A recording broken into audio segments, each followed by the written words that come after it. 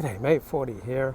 So we're in a liminal space right now. We've had the shooter arrested, the apparent shooter who shot two Orthodox Jews Wednesday and Thursday as they were walking away from a synagogue after morning prayers. And it's an Asian dude,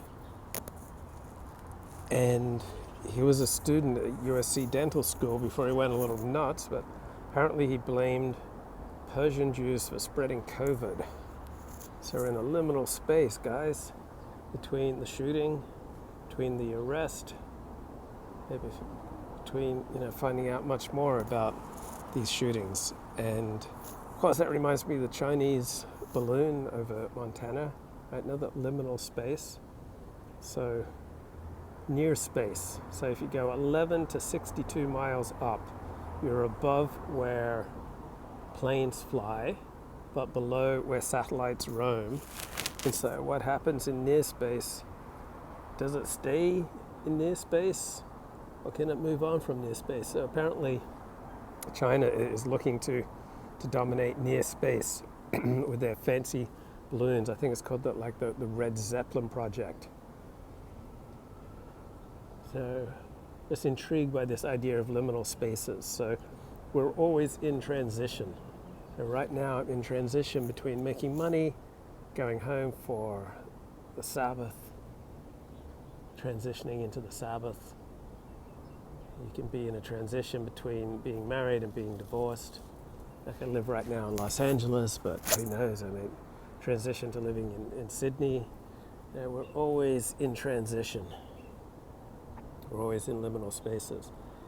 And it reminds me of how I used to always just hate gatekeepers. Like gatekeepers, man, they would keep me out of where I wanted to go, and they would test me, and they would ask me obnoxious questions. Wasn't too thrilled with the gatekeepers. And then I read a book on archetypes. It was a book on writing movie scripts, but developed on Joseph Campbell's work on archetypes. And apparently gatekeeper is an archetype. And so, some people just have the responsibility of deciding who comes in and who comes out. So it's not personal. Right? When the gatekeeper tests you to see if you belong inside, it's not personal. He's just got a job to do. And I always hated, resented, disliked, felt threatened by, had a chip on my shoulder against gatekeepers. But gatekeepers are inherent. Liminal spaces are inherent. We're always transitioning from one to another. And I've never really thought much about near space. And have you delved into the defense and other possibilities of near space? So apparently from 12 miles up to about 62 miles up above the Earth, we're talking with near space. So this is where the satellites don't roam, the buffalo don't roam no more.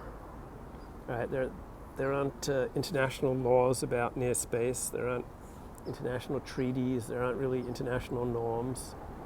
And so President Biden's saying we need to develop international law, international treaties, international norms about how to deal with near space. But apparently from this New York Times article I was just reading, China's making a lot of progress on near space supremacy. So they've got this whole balloon program, and it just it viscerally takes you back, like, oh my God, red China is just above us in near space. They're dominating the liminal near space arena. And apparently being in near space, it provides you with certain capabilities that are superior to what's in space.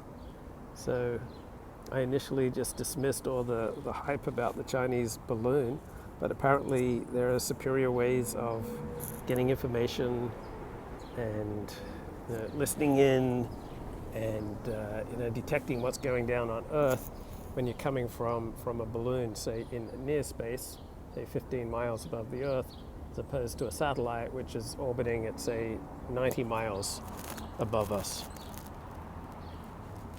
So near space is the new arena for international competition between the United States, China, Russia, the other great powers.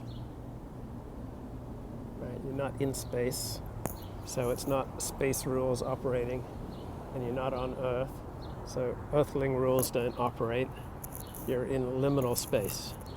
Right? We're always transitioning from work to home, to love, to hate, to sports, to intellectual endeavors, from shopping and earning and spending and saving and investing, being with ourselves, getting together with others. We're always transitioning through liminal space. And there are mental health challenges with liminal space. I just put liminal space into Google, found out there are mental health challenges with liminal space. I love a good mental health challenge. Nothing like the thought of near space in the early afternoon to get you revved up for Shabbos. Bye-bye.